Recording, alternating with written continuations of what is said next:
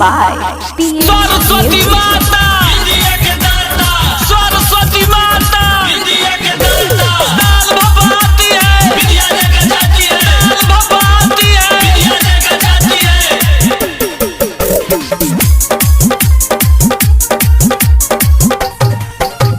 सरस्वती माई के गाना बाजी कौन साला बोली रे, सरस्वती माई के गाना बाजी कौन साला बोली रे, बीड़ा वाली के भाषण में खाली गोली चली रे, हो बीड़ा वाली के भाषण में खाली गोली चली रे।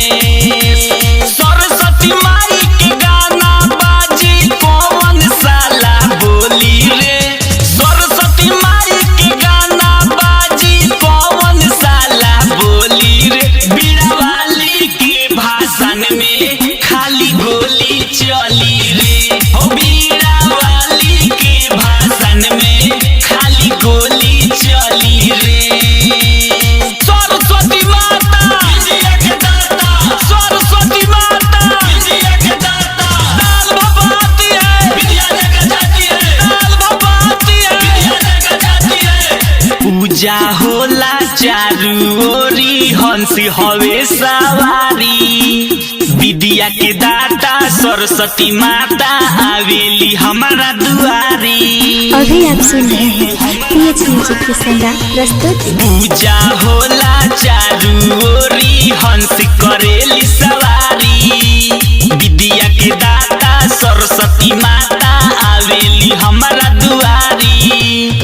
स्कूल कोचिंग सारा नाची पूरा हमार टोली रे, स्कूल कोचिंग सारा नाची पूरा हमार टोली रे, बीड़ा वाली के भाषण में खाली गोली चली रे, हो बीड़ा वाली के भाषण में खाली गोली चली रे। सरस्वती माता विद्या के दाता, सरस्वती माता विद्या के दाता, दाल भपाती है विद्या लेकर जाती है, दाल भपाती है विद्या लेकर जाती है। इनके कृपा से बनेले DMCM अधिकारी, गावतारे अरविंद सागर माई के बनी पुजारी। इनके कृपा से बनेले DMCM अधिकारी, गावतारे अरविंद सागर माई के बनी पुजारी।